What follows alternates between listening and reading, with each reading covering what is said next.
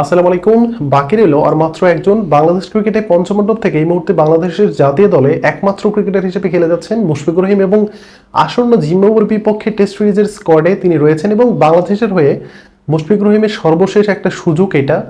এরপরে তিনি যদি ভালো খেলতে না পারেন, অর্থাৎ আসন্ন জিম্বাবুয়ে সিরিজে মুশফিকুর রহিম যদি ভালো খেলতে না পারেন, তাহলে হয়তো পঞ্চমণ্ডপের শেষ প্লেয়ার হিসেবে মুশফিকুর রহিম তাকেও কিন্তু ইন্টারন্যাশনাল ক্রিকেট থেকে অবসর নিতে হবে।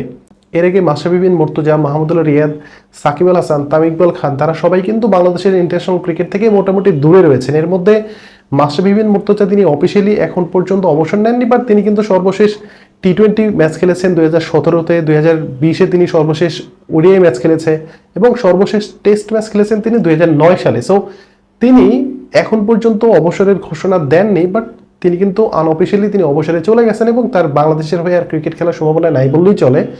এরপরে মাহমুদুল্লাহ রিয়াদ তিনি গত কিছুদিন আগে বাংলাদেশের ইন্টারন্যাশনাল ক্রিকেট থেকে তিনিও বিদায় নিয়েছেন এবং একই সাথে তামিম ইকবাল খান তিনি যেভাবে বাংলাদেশের ইন্টারন্যাশনাল ক্রিকেট ছেড়েছেন সেটা আমি আপনি সবাই জানি। এবং সর্বশেষ সাকিব আল হাসান তিনি বাংলাদেশের মাটিতে সর্বশেষ টেস্ট ম্যাচটা খেলতে চেয়েছিলেন, কিন্তু তিনি সেখানে খেলতে পারেননি এবং এই মুহূর্তে সাকিব আল হাসানের বিরুদ্ধে অনেকগুলো অভিযোগ রয়েছে, সেটা বাংলাদেশের গভর্নমেন্ট থেকে এবং বিভিন্ন পর্যায়ে থেকে কিন্তু সাকিব আল হাসানের বিপক্ষে অনেক ধরনের অভিযোগ আদালত পর্যন্ত গড়িয়েছে। সো সাকিব আল হাসানের দেশে আসার সম্ভাবনা নাই বললেই চলে। সো তারও যে ইন্টারন্যাশনাল ক্রিকেট খেলা সেটা কিন্তু খুব একটা বাংলাদেশের হয়ে খেলার যে একটা সুযোগ পাবেন সেটা কিন্তু আমি একদম উড়িয়ে দিচ্ছি না, হয়তো সুযোগ আছে বাট না খেলার সুযোগটাই অনেক বেশি পরিমাণে রয়েছে এই মুহূর্তে। এবং সর্বশেষ মুশফিকুর রহিম তিনি বাংলাদেশ জাতীয় দলের হয়ে এখনো প্রতিনিধিত্ব করছে এবং আসন্ন জিম্বাবুয়ে সিরিজের টেস্টের স্কোয়াডে মুশফিকুর রহিম রয়েছে এবং মুশফিকুর রহিমের মাধ্যমে বাংলাদেশের পঞ্চপাণ্ডবের যে একটা অংশ, যে 5 জন ক্রিকেটার, এর মধ্যে শুধুমাত্র মুশফিকুর রহিম তিনি একা এই মুহূর্তে জাতীয় দলে খেলে যাচ্ছেন।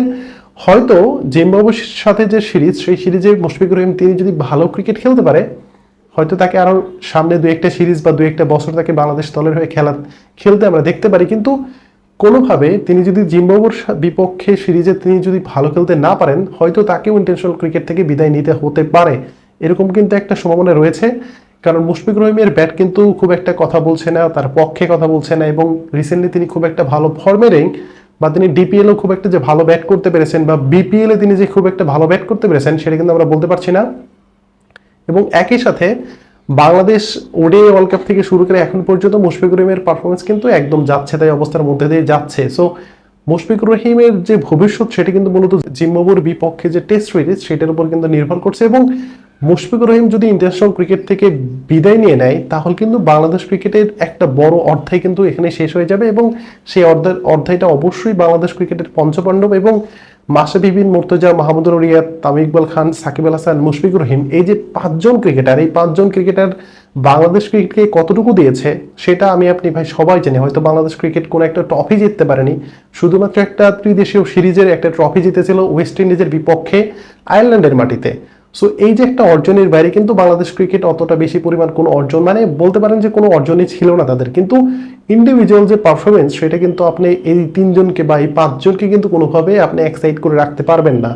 তামিম ইকবাল খান তিনি এই মুহূর্তে বাংলাদেশের ক্রিকেট ইতিহাসের একমাত্র ব্যাটসম্যান হিসেবে প্রায় 25টার মতো সেঞ্চুরি তার রয়েছে এবং মুশফিকুর রহিমের প্রায় 24টার মতো সেঞ্চুরি রয়েছে, সাকিব আল হাসানের প্রায় 14টার মতো সেঞ্চুরি রয়েছে এবং একই সাথে মাহমুদুল্লাহ রিয়াদের প্রায় 9টার মতো সেঞ্চুরি রয়েছে। এবং মাশরাফি বিন মুর্তজা বাংলাদেশ ক্রিকেটকে কতটুকু দিয়েছেন এবং বাংলাদেশ ক্রিকেটকে কতটুকু হেল্প করেছেন সেটা আমি আপনি ভাই সবাই জানি। সো এই যে 5 জন ক্রিকেটারকে নিয়ে বাংলাদেশ ক্রিকেটে এত বেশি আলোচনা হতো, এই আলোচনা কি এমনি হতো? এমনি কিন্তু কখনোই এই আলোচনাগুলো হতো না। এবং বাংলাদেশ ক্রিকেট আজকে যে পর্যায়ে রয়েছে এর পিছনে কিন্তু এই 5 জন ক্রিকেটারের ভূমিকা সবচেয়ে বেশি। আপনি যদি মাশরাফি বিন মুর্তজার কথা বলেন তাহলে তিনি 2001 সালে তার টেস্টে অভিষেক হয়, 2006-এ তার ওডিআই অভিষেক হয় এবং একই সাথে তার টি-20 অভিষেকটা সেই একই বছরে হয়ে যায়। এবং এরপরে মাশরাফি বিন মুর্তজার সাথে ইনজুরি সমস্যা এবং একই সাথে মাশরাফির ফর্মহীনতা বা সবকিছু মিলায় মাশরাফি বিন মুর্তজা ঘরের মাঠে 2011 সালের যে ওডিআই ওয়ার্ল্ড কাপ তিনি সেটা খেলতে পারেন এবং সেখানে তার একটা আক্ষেপ ছিল। বাট এরপরে তিনি যেভাবে ঘুরিয়ে দাঁড়িয়েছেন এবং 2014-র পর থেকে বাংলাদেশ 2019 পর্যন্ত এই যে 5টা বছর যেভাবে ক্রিকেট খেলেছেন সেখানে মাশরাফি বিন মুর্তজার যে অধিনায়কত্ব এবং একই সাথে বাকি যে 4 জন সাকিব আল হাসান, তামিম ইকবাল খান, মুশফিকুর রহিম এবং একই সাথে মাহমুদুল্লাহ রিয়াদ, এই 4 জনের যে কন্ট্রিবিউশন, এই সব কিছু মিলাই বাংলাদেশ কিন্তু আজকে যে পর্যায়ে রয়েছে এই 5 জনের ভূমিকা কিন্তু সবচেয়ে বেশি।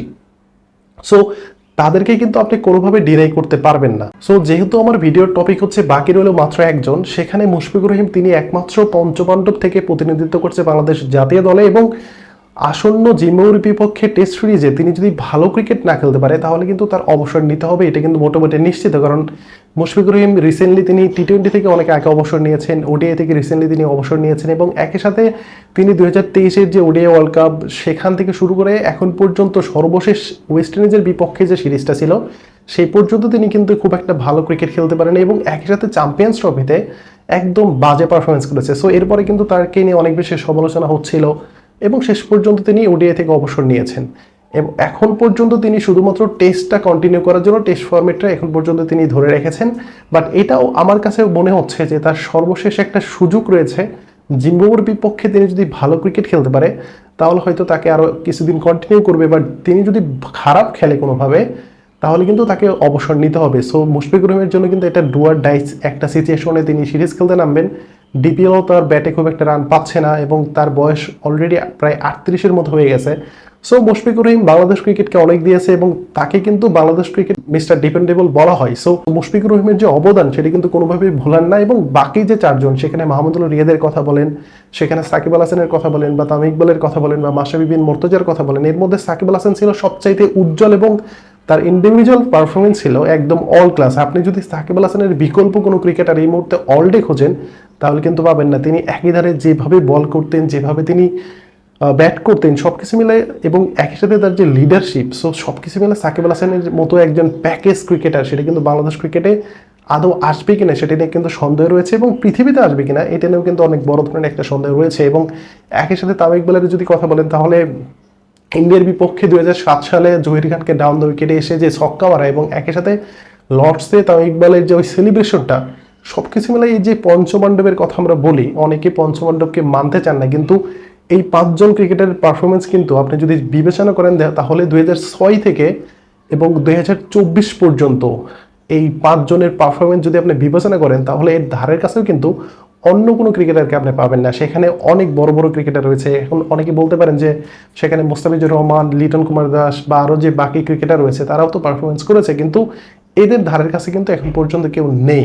আপনি যদি দেখেন মাশরাফি বিন মুর্তজা টেস্ট ক্রিকেট খেলেছে সর্বশেষ 2009 সালে, এখন পর্যন্ত তিনি 78টা উইকেট সংগ্রহ করেছেন, এবং একই সাথে তিনি সর্বশেষ 2020 সালে তিনি ওডিআই থেকে অবসর নিয়েছে, এবং তার ওডিআই উইকেট সংখ্যা 270, এবং তার ধারের কাছে কিন্তু বর্তমানে বাংলাদেশের যে বোলাররা রয়েছে তারা কিন্তু নেই, এবং সবার উপরে রয়েছে সাকিব আল হাসান, এরপরে কিন্তু মাশরাফি বিন মুর্তজার যে অবস্থান সেটা, এরপর হয়তো মোস্তাফিজুর রহমানের। সো একই সাথে তামিম ইকবাল খানের কথা বলেন তাহলে তিনি এই মুহূর্তে ওডিআইতে হাইস্ট রান গেটার, এবং একই সাথে টেস্টে কিন্তু তিনি সেকেন্ড হাইস্ট রান গেটার, এবং একই সাথে আপনি যদি মুশফিকুর রহিমের কথা বলেন তাহলে মুশফিকুর রহিম টেস্টে বাংলাদেশ দলের সর্বোচ্চ রান গেটার, এবং মাহমুদুল্লাহর কথা যদি চিন্তা করেন তাহলে মাহমুদুল্লাহ রিয়াদ তিনি যে পর্যন্ত ক্রিকেটটা খেলেছেন ততদিন পর্যন্ত বাংলাদেশের লোয়ার অর্ডার বা নিচের দিকে ব্যাট করার জন্য ব্যাটসম্যানদের নিয়ে যে একটা টেনশন করা সেটা কিন্তু কখনোই করতে হয়নি। বাট যেহেতু বয়স হয়ে গেছে, তারা অলরেডি অবসর নিয়েছে, সো বাংলাদেশকে নতুন করে ভাবতে হয়েছে। বাট এই যে পাঁচজন ক্রিকেটার, সেখানে মাশরাফি বিন মুর্তজা, সাকিব আল হাসান, তামিম ইকবাল, মাহমুদুল্লাহ রিয়াদ এবং একই সাথে মুশফিকুর রহিম, এই পাঁচজন ক্রিকেটারের বাংলাদেশ ক্রিকেটের প্রতি যে ভালোবাসা বা যে নিবেদন রয়েছে, এবং তারা বাংলাদেশ ক্রিকেটকে যতটুকু দিয়েছে সেটা কিন্তু বাংলাদেশ ক্রিকেট সারা জীবন মনে রাখবে, এবং অ্যাজ এ ফ্যান হিসেবে এই পাঁচজনকে আমরা কিন্তু কখনো ভুলতে পারবো না, এবং তারা কিন্তু বাংলাদেশ ক্রিকেটকে অনেক কিছু দিয়েছে। হয়তো অনেকেই বলতে পারবে যে বাংলাদেশ ক্রিকেটার হয়ে তারা তো কোনো ট্রফি জিততে পারেনি। সো ট্রফি কিন্তু কখনো কোনো প্লেয়ারকে বড় ধরনের একটা স্বীকৃতি হয়তো তিনি পাবেন, বাট ট্রফিতে কিন্তু কোনো ক্রিকেটারকে বিবেচনা করা বা কোনো স্পোর্টসম্যানকে কোনো একটা ট্রফি দিয়ে তাকে কিন্তু বিবেচনা করা উচিত না। সো আপনাদের যদি ভালো লাগে অবশ্যই চ্যানেলটিকে সাবস্ক্রাইব করবেন। ধন্যবাদ সবাইকে।